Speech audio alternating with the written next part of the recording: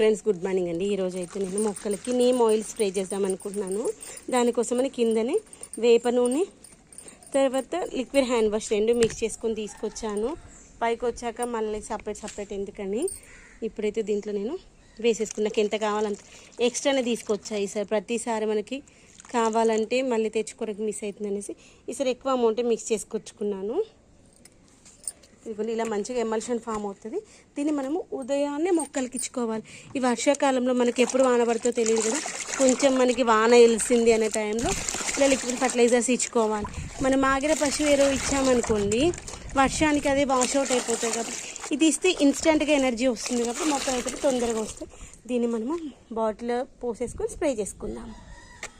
Dragon fruit మొక్కకి ఇస్తే ఇది ఈ స్టేజ్లో మనకి పూత అయిపోయి మళ్ళీ ఇంకా కొత్త పూత రావడానికి చాలా బాగా పనిచేస్తుంది అన్నమాట నీమ్ ఆయిల్. లేదంటే వేపాకు కషాయం ఉంటే వేపాకు